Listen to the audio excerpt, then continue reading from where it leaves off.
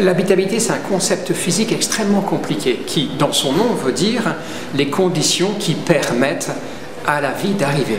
Mais ce n'est pas la vie, ce sont les conditions physiques.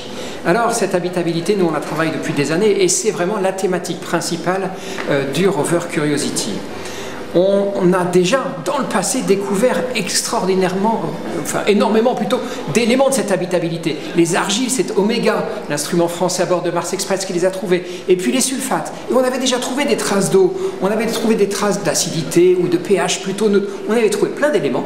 La grosse différence avec Curiosity, c'est que pour la première fois, on fait un trou dans la roche, c'est-à-dire on perfore la roche, c'est le premier forage extraterrestre, à l'exclusion aussi de la Lune, extraterrestre, 6 cm et demi, et dans ces 6 cm et demi de poudre, on trouve tous les éléments de l'habitabilité. Tout ce qu'on trouvait éparpillé un peu à droite à gauche, on va tout trouver au même endroit, des sulfates, de l'argile, de l'eau donc qui a stagné pendant longtemps, relativement à bonne température, de l'eau qui était plutôt douce, c'est-à-dire pas salée, qui n'était pas trop acide, voire plutôt un petit peu alcaline, tous ces éléments au même endroit qui nous font dire que probablement pendant une petite période de temps, Mars a été